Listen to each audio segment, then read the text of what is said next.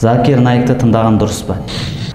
Ислам діні бір машина деп алатын болсақ, ол машинаның моторы бар, ходовойы бар, кузовы бар. Ал енді Закир Наик тек қана сол ислам дініне шақырушы ғана тұлға. Диспут жүргізеді, басқалармен, христиан басқа діндермен диспут жүргізіп, исламға тартушы, сол машинаға отырғызады, болды.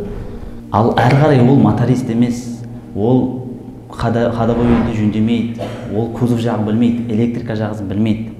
Сол сияқты Закир Наик тек қана дай, яғни дават жасап, басқаларды дінге іріктеуші ғана. Ақида маман емес. Дін, ислам діні дәл сондай бөлінеді. Оның ақида саласы бар, оның фих саласы бар, оның хадис саласы бар, оның жаңағыдай наху, грамматика жаңағыдай саласы бар. Жан-жаққа салаға бөлінеді. Хадис саласы бар. Сондықтан бір уағызшы мықты айтады екен, күшті дәлелдейді екен деген сөз оның бүткіл салада мықты екенін білдірмейді. Оның ақидасы дұрыс екенін, оның фихы дұрыс екенін, оның хадисі дұрыс екенін білдірмейді. Ол тек өз саласында мықты, бірақ ақида саласында ол мықты емес. Ақида саласында басқа ғалымдар бар, әлемдік мойындаған, кәдімгідей үлкен деңгейдегі ғалымдар бар ақида саласында, қазіргі әлемде.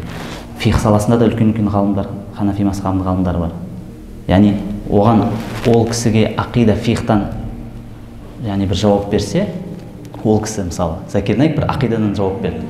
Енді мына жерде ақида маманы жауап берді. Біз кімді аламыз?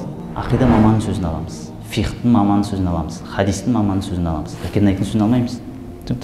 Сондықтан қазір кейбірлер Закир Наик күшті айтады, күшті айтады, диспут қылады.